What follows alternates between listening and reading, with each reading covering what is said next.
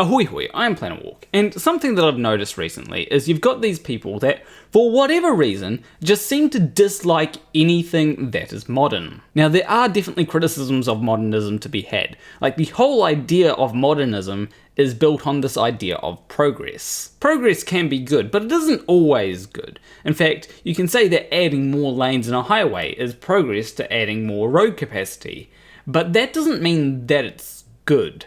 However, when it comes to postmodernism, people aren't always talking about that, unless they are postmodernists. Generally, when people criticise modern things, they're talking about either technology, music, millennials, or Zoomers. Now, some people might say, you missed out architecture, modern architecture is just awful, and I criticise that. And to that I say, shh, that's what the video is about, we'll get to that. Now, someone that I have seen make videos about how bad modern things are is someone called Thoughty2. Now, Thoughty2 is a YouTuber that has a video about how modern music is so awful. That is not the video that we are going to be looking at today. Instead, we are going to be taking a look at a video of his, which made me really think about this whole anti-modern thing. It is a video titled "The Lunatic Responsible for Destroying Every Beautiful City in the World." Apparently beautiful cities just don't exist anymore, and it was one person that got rid of them. Now, when I clicked on this video, I thought that it was going to be an interesting thing to watch. However, I was very sorely disappointed by what I ended up watching. Especially seeing as Thoughty2's logical reasoning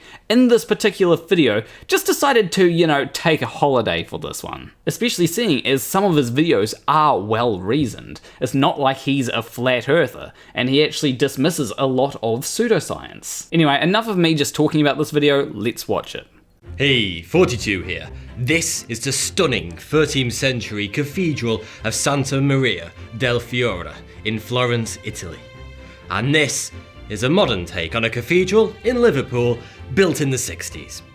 This is the oldest shopping mall in Italy, the Galleria Vittorio Emanuele II in Milan, built in 1865. Similarly, this is the beautiful Cleveland Arcade in Ohio, built in 1888. And this monstrous bastard is a Tesco in Woolwich, England. This is the striking Moscow State Historical Museum in the Red Square. Whereas this is another art museum in Graz, Austria, that looked like a bacteria you find in your gut. This is of course the fantastic Art Deco Empire State Building in New York. And this is the soul-destroying Verizon Building, also in New York. Notice a difference between these examples. Well, the difference that I noticed is the things built before the 1900s tended to look quite samey, whereas things built during or after the 1900s tended to look quite different. I wouldn't necessarily say that any of them looked particularly bad, except for the Verizon building, because that looks like an evil villain's lair. The premise that Thoughty2 is going for is that modern is bad and old is good. Now, obviously I disagree with this dichotomy.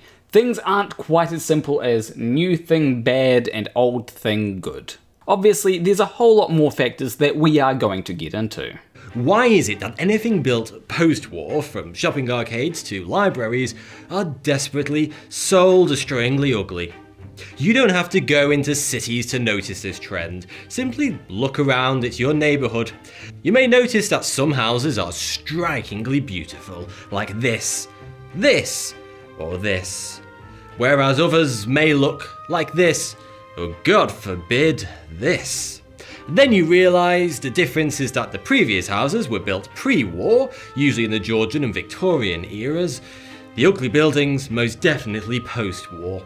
So that is most certainly not the case. The house that I'm living in now, I think it was built pre-war. I think it's over 100 years old. And honestly, it's definitely not one of the better looking houses to grace this planet.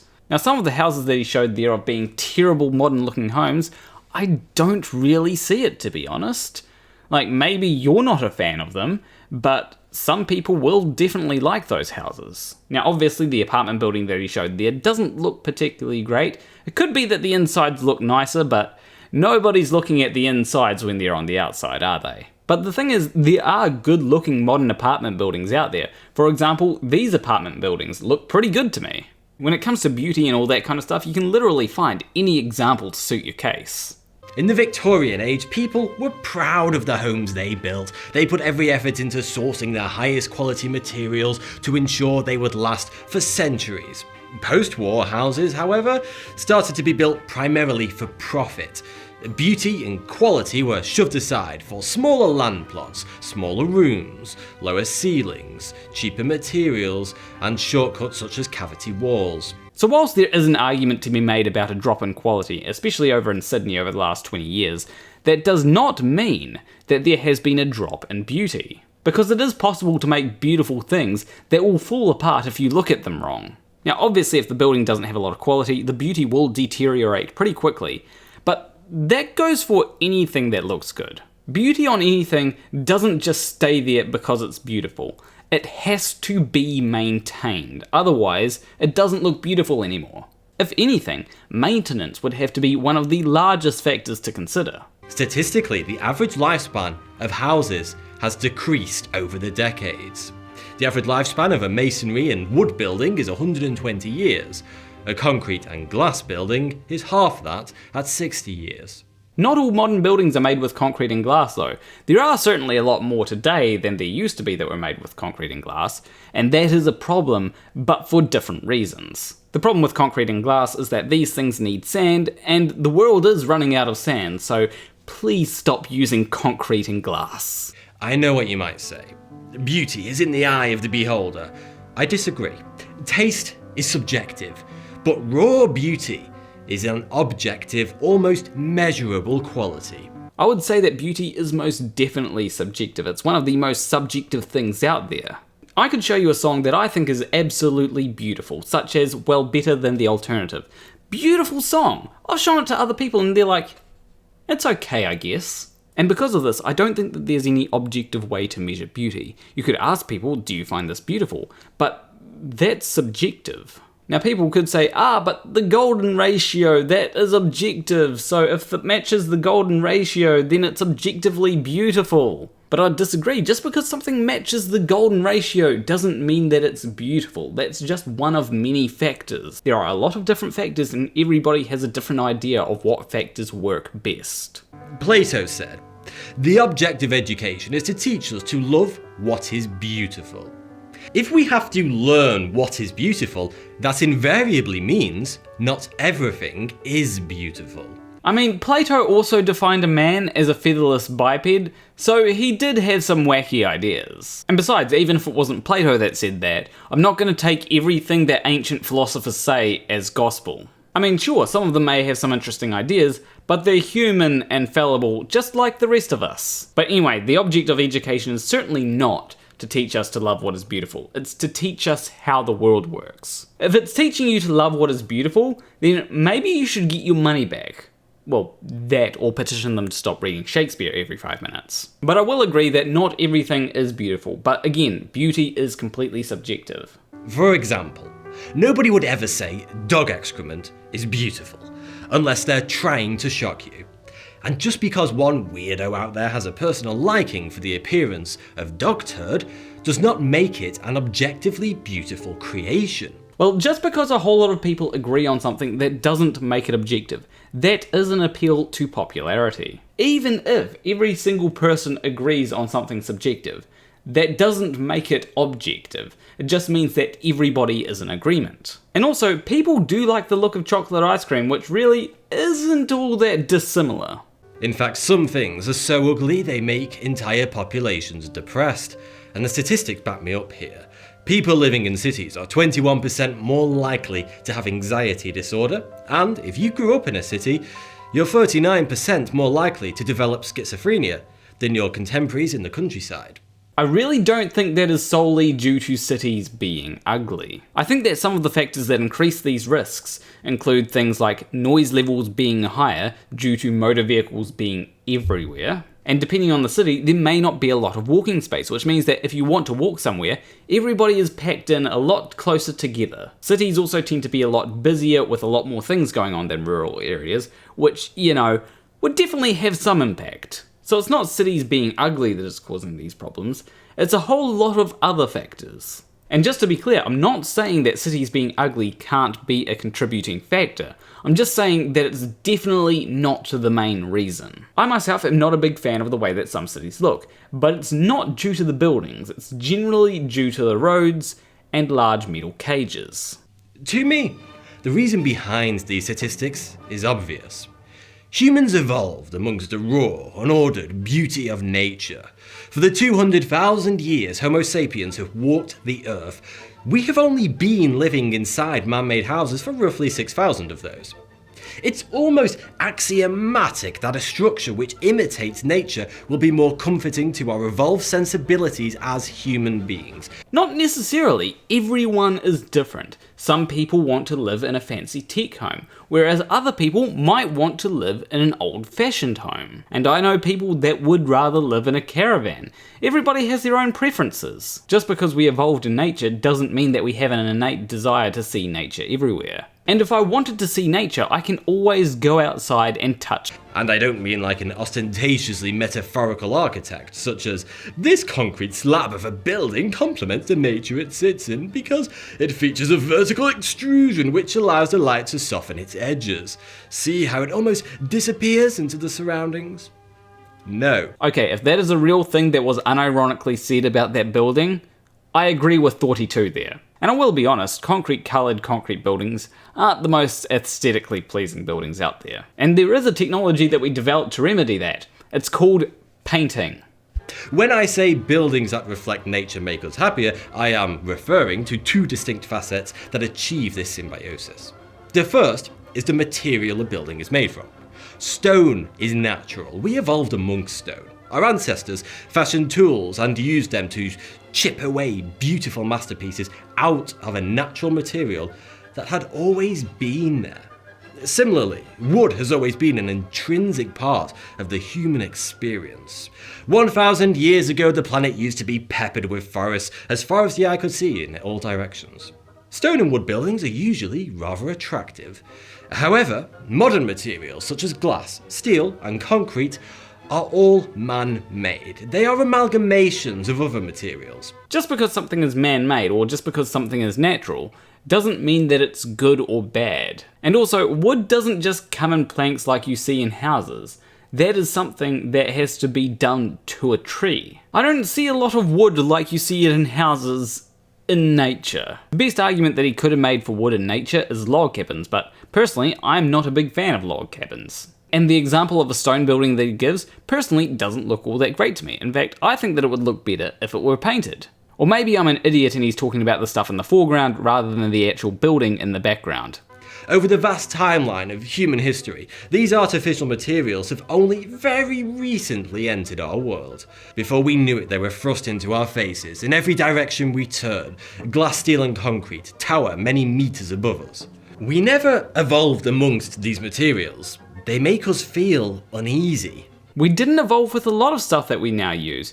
Just because we didn't evolve with something doesn't mean that it's going to make us uneasy. And let's assume that they do make us feel uneasy for a second. It's not necessarily the materials that would make us feel uneasy. It would be more down to how you make it look. You can make glass look nice. You can make concrete look nice. You can make metal look nice. And lastly, I don't think that these things necessarily make us feel uneasy. Yes, some people will have a NIMBY mindset, but that's generally because something doesn't match the look of an area. If I go to the suburbs and decide that I want to build a high-rise building, it's not going to matter what materials I use. People are going to oppose it because it doesn't fit in. Also, I just want to point out that it is tempting to always point to nature because people do have this sort of nature good mentality often. And I don't necessarily think that it's always good. I won't deny that some aspects of nature do look pretty, but I think that sometimes it can look prettier in conjunction with man-made objects. Like if you have trees in a nice walkable area,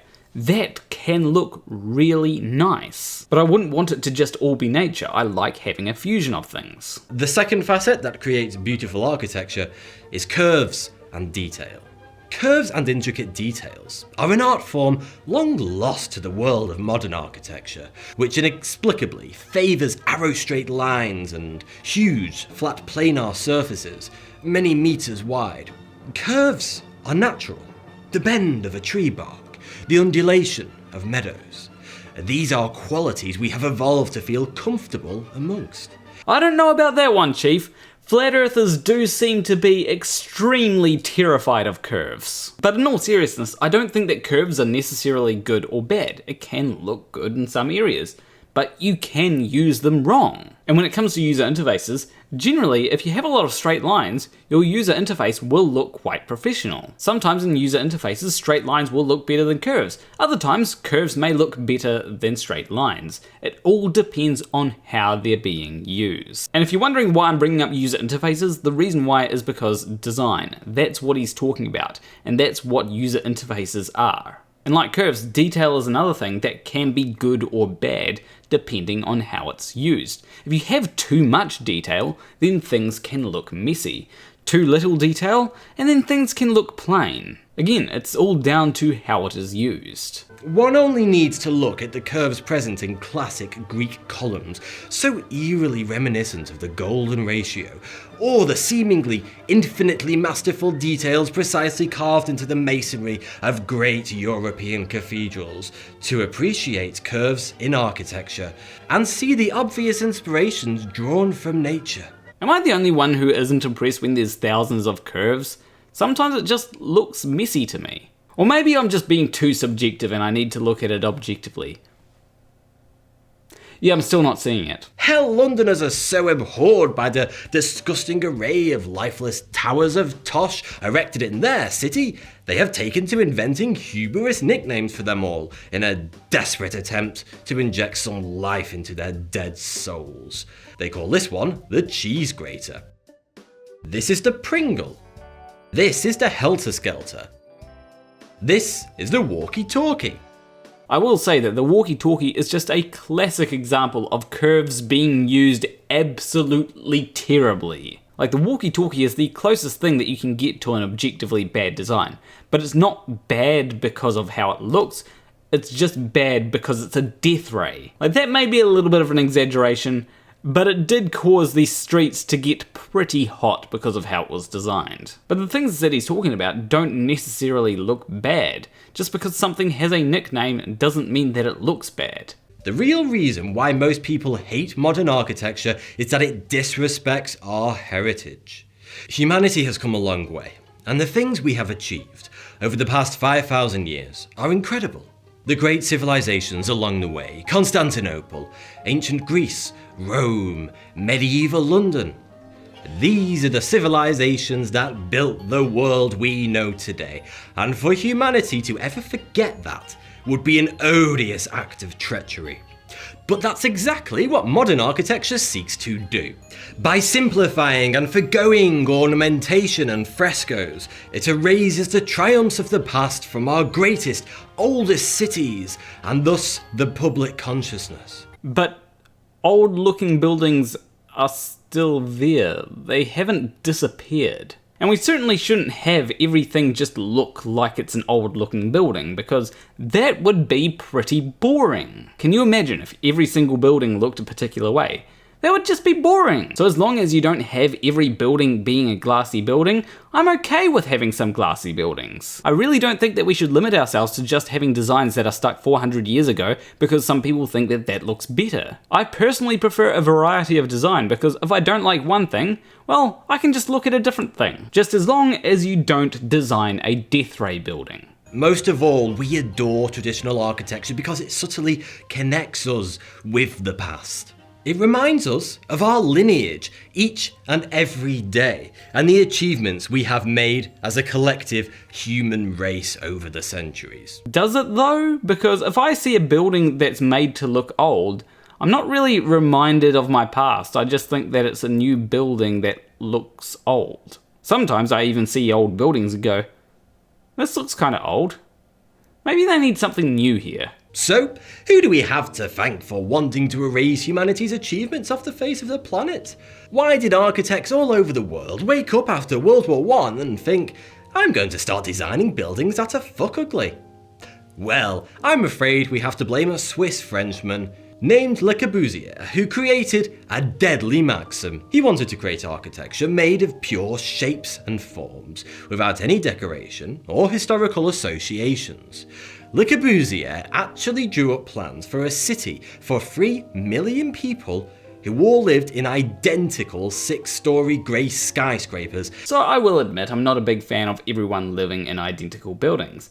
However, I do like the idea of having more apartment buildings everywhere. especially considering that single-family detached homes aren't exactly the greatest idea for everyone to be living in. If you couldn't tell, not a big fan of suburbia, unless we're talking about suburbia overture. I personally think that the suburbs look pretty bad, but I don't think that it looks bad because it's modern. I think that the suburbs look so bad because they just feel empty. You walk down a suburb street and it's just emptiness. In fact, if we're going to do the appeal to nature thing, I can do that too. You see, we evolved to be around other people. We are a social species. When we go outside, what we want to see is we want to see other people. We want to see other people that we can interact with and say ahoy hoy to. We don't want to walk outside and see a street full of cars parked in their driveways to signify that yes, people are home, but they're inside or in the backyard, not wanting to interact with anybody else. Or hell, maybe they do want to interact with other people, but because the suburbs feel so barren, they've forgotten what human interaction is even like. You see, appealing to nature is easy. It's just not a good way to make a point because you can make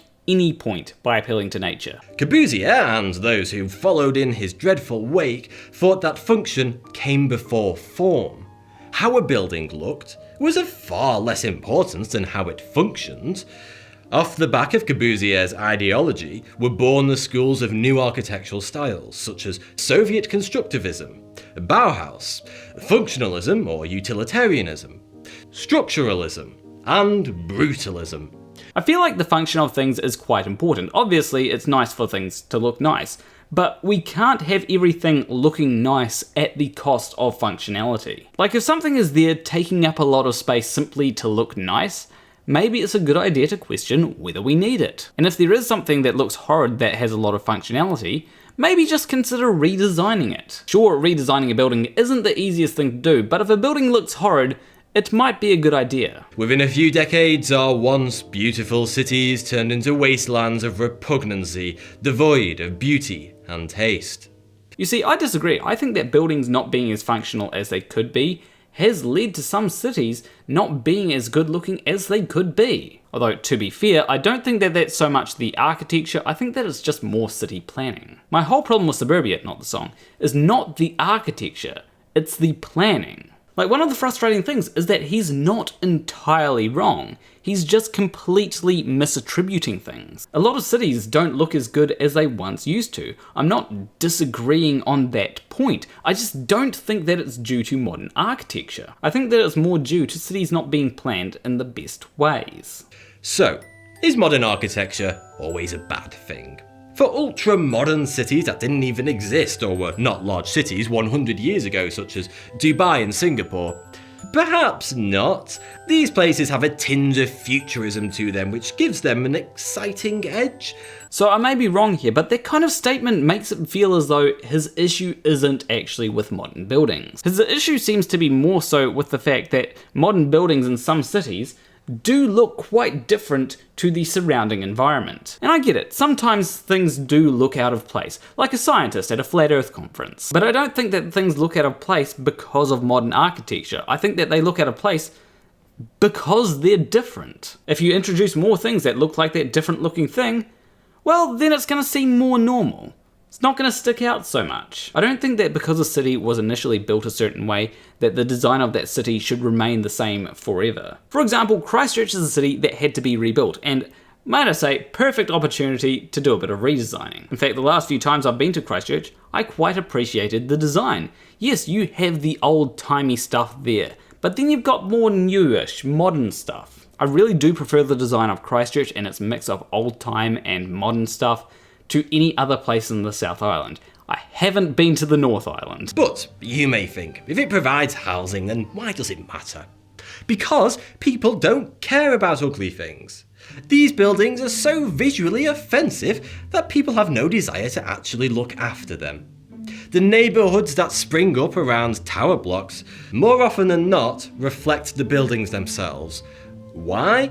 Not because the people that have to live inside them are any different from people who live in attractive houses.